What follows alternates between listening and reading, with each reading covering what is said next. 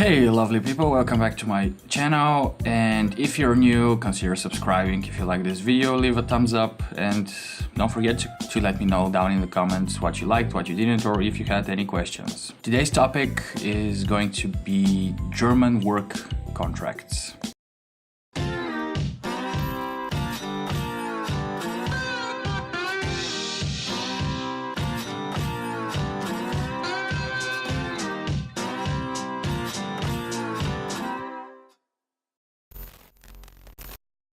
So basically you have 6 types and they're divided 3 by 3, and you can have a combination of them.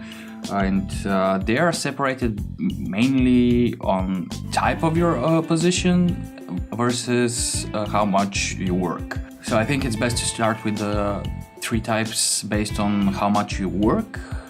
That's basically work related and salary related. And the first one is a mini job. This is considered something that you earn not more than 450 euros per month. And it can range anywhere between 1 hour up to 20 hours of work per week. Usually these are student jobs or like small jobs, and they aren't usually qualified work. It's mainly like your typical jobs that I mentioned in my previous video, jobs for people who don't know German. If you haven't seen it, you can check it out. It will pop up somewhere above. And next one is Teilzeit. This is limited to a minimum of 30 hours per week. And you can work up to a 40-hour week. You don't have limitations on your hourly pay on this one, but if you go out, for example, on a sick leave or vacation, they pay you based on the 6-hour working day, even though you might end up actually working basically full-time in this contract. But one thing I learned here is that you cannot actually work more than 40 hours per week. So you're somewhere between 30 and a 40-hour week. It can also lead to situations where, for example, work is a bit low, so you will end up working 6 hours. Next one is Vollzeit, which is basically full-time work, and you can work anywhere between 40 and 50 hours per week, and 50 is like the legal limit in Germany. You cannot work more than 10 hours per day. That's pretty much standard like in any other country, between 8 and 10 hours per day. And we can move on now on the types of contract based on your position. So you have 3 types: internal, external, and freelance.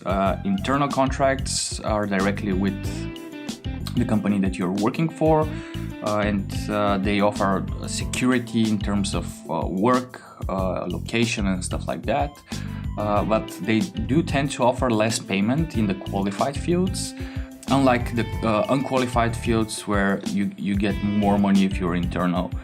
And you also get some corporate benefits. For example, if you work at an automotive company, you can get cheaper cars, for example, or get the products cheaper. Or for example, I know that in some big companies you can buy cheaper stocks of the company, and all those benefits that come along with working in such a company. For example, I've heard that in Adidas you have your gym, you have discounts at the stores and stuff like that. Next stop is external work, which is basically what I've been doing since I got here in Germany. In the qualified field, it offers more payment, but you get less security in terms of your contracts and location and work and stuff like that. For example, you have an 18-month limit to stay with a certain customer. Basically, what externals are, those are companies for personnel, and let's say in my case I'm an engineer. Siemens calls and says we need urgently 10 people to start from next week, and these companies provide these people and speed up the process when there is an emergency and more people are needed. As I already told you, hiring processes here are quite slow, so this is helpful for the companies, and that's why they offer more money for such personnel. You rarely get any benefits from this unless your own company has something like additional health insurance or maybe company cars, but that's as far as you go. And one thing as a benefit here is that you get more tax benefits in tax returns, for example. Since you're not fixed, your working position is not fixed, you may most likely have to travel to other towns to work, and they give you quite a good amount back on your tax declaration each year. And the third option here is freelancing, which basically offers no security.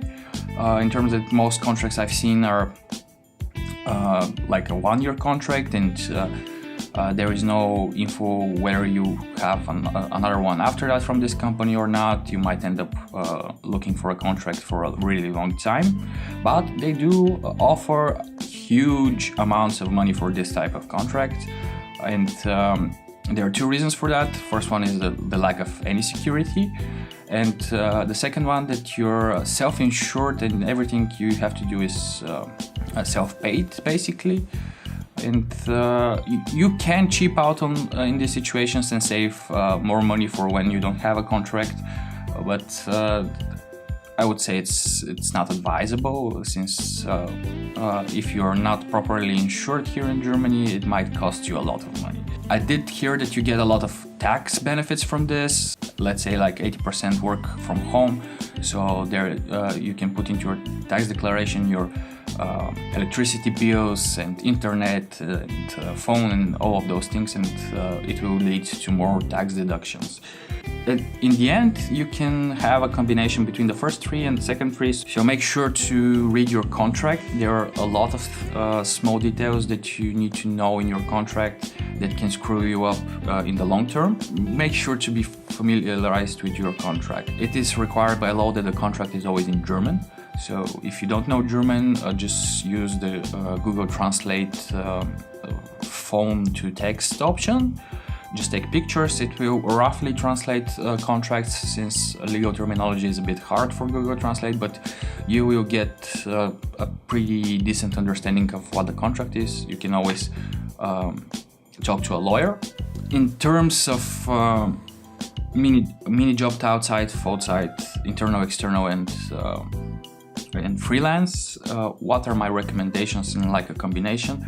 I would say the best one is Vollzeit, internal in a company that has usually higher wages.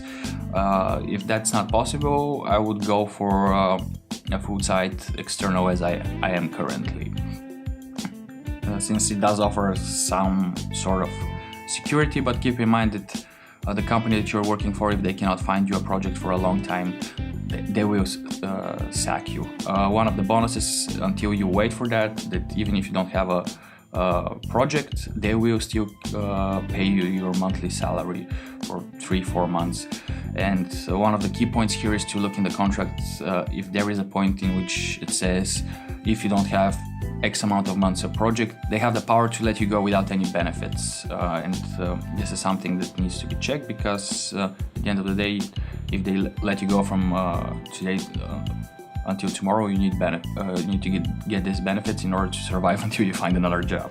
I hope this video was informative. Let me know down in the comments if you have any questions regarding the contracts, or if I missed something. And if you still haven't done it, consider subscribing.